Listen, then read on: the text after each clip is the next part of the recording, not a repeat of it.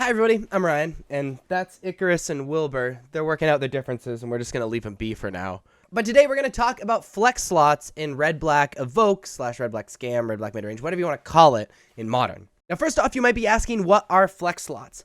Flex slots are slots in decks that the hive mind hasn't agreed upon yet. They are slots that even if you are choosing a tier 1 deck to play, it's still kind of up to you what you want to play in those slots. And so we're going to talk about the stock list, the agreed upon slots first, and why you might play different flex cards in those flex slots. Let's do it. These are the universally agreed upon slots in Red Black Evoke. 56 out of the 60 main deck slots and 8 out of the sideboard slots are pretty much set in stone. Now, if you'd like to pause the video here and see what cards are super duper set in stone, that's awesome. But what this video is not, this is not a deck tech. Like, if you're watching this video, you should go watch my Red Black Scam deck tech. It was pre-Bowmasters. But if you're watching this video, hopefully we're examining the flex slots.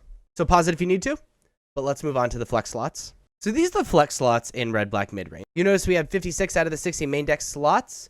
So you need to pick 4 out of these. And really they're in 2 categories. Do you want Undying Evil or Feign Death?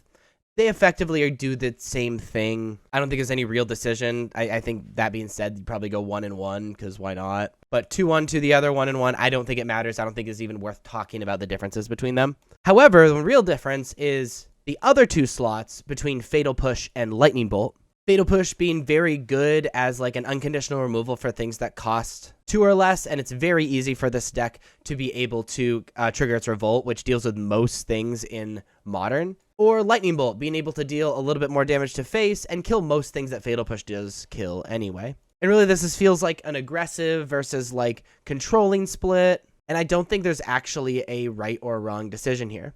I think going in blind, you're probably supposed to go 1 and 1 and then see which one feels better. No, those are effectively similar decisions. I don't think the main deck slots actually matter that much as long as you pick 2 of these and 2 of these. However, if we look at the sideboard, this is where decks differ drastically.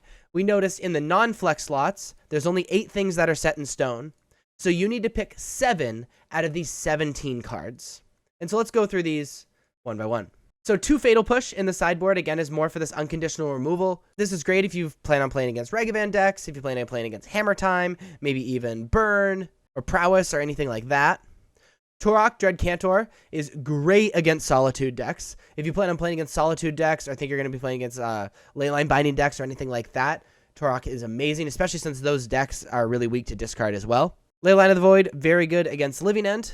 And really, that's the only tiered graveyard deck at the moment anyway. Cast in the Fire, awesome against Artifact decks, specifically very, very good against Hammer Time. Also, like, fine against Tron and whatnot. Blood Moon, very good against the 5-color decks. Obviously, very, very good against Tron, pretty good against Amulet Titan. So the 3rd Blood Moon is an awesome slot into the sideboard. A 1-of Terminate, unconditional removal can really, really matter, especially against things like Murktide decks or Titan decks. Hammer Time, even the Mirror Match. Hidetsugu consumes all, amazing against Hammer Time, really good against Titan, decent against Burn, but it's probably too expensive. Really, if you're playing Hidetsugu, you're playing it for the first chapter, to be totally honest with you. Cool Guns Command is really good against these like mid-range strategies and strategies that you think you're going to have to grind against.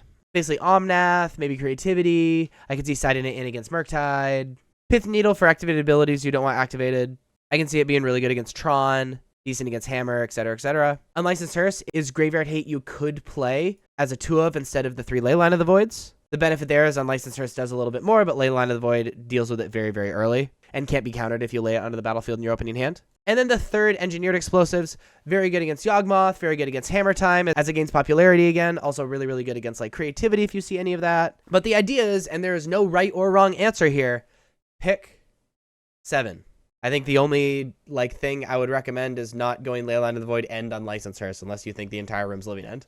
Everything else is pick any 7 of decks that you think you're going to be playing against a lot. And hopefully that was a decent quick analysis of the flex slots in Red Black Scam, Red Black Evoke, or whatever.